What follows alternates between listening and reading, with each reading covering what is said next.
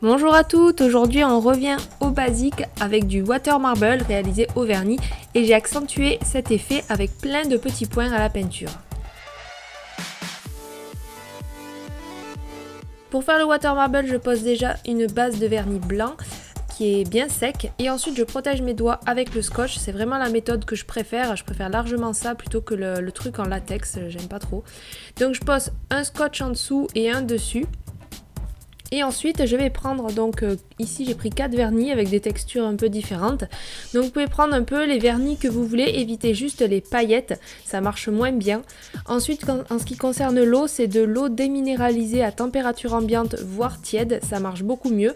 En tous les cas je vous mets la vidéo dans la description où je vous donne toutes mes astuces pour qu'un water marble fonctionne bien parce que vous êtes nombreuses à me dire que vous n'y arrivez pas.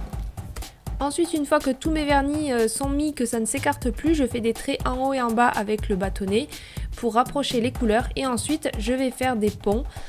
Donc en fait pour faire des ponts, je fais toutes les lignes dans le même sens et je les rejoins en un point.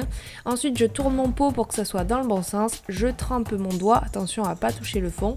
Je souffle sur la surface de l'eau pour que le vernis sèche et avec un bâtonnet je racle le tout. Ensuite tout de suite je coupe le scotch ici en bas, puis je retire tout avec une pince.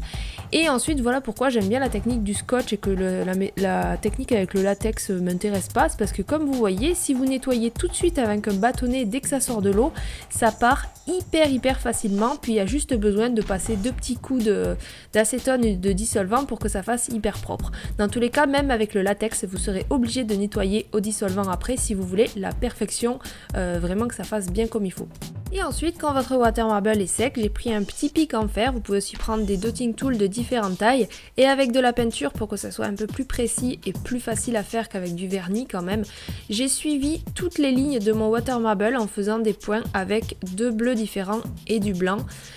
Voilà, donc j'essaye de toujours partir du plus gros point, donc de l'extérieur, et de ramener vers le milieu en fait en faisant les points les plus petits. Ce qui va être difficile pour que ça fasse vraiment joli, c'est de faire une ligne de points vraiment nette, c'est-à-dire qui part du plus grand au plus petit. Pour ça, il faut vraiment que votre peinture ait une texture comme du fromage blanc et il faut vraiment y aller en un seul coup, faut pas hésiter, il faut être assez rapide pour que ça fasse des jolis points. Voilà, j'espère que ce nail art vous a plu, j'ai bien aimé le rendu, ça remixe un petit peu le technique du water marble. Donc je vous donne rendez-vous la semaine prochaine, à bientôt.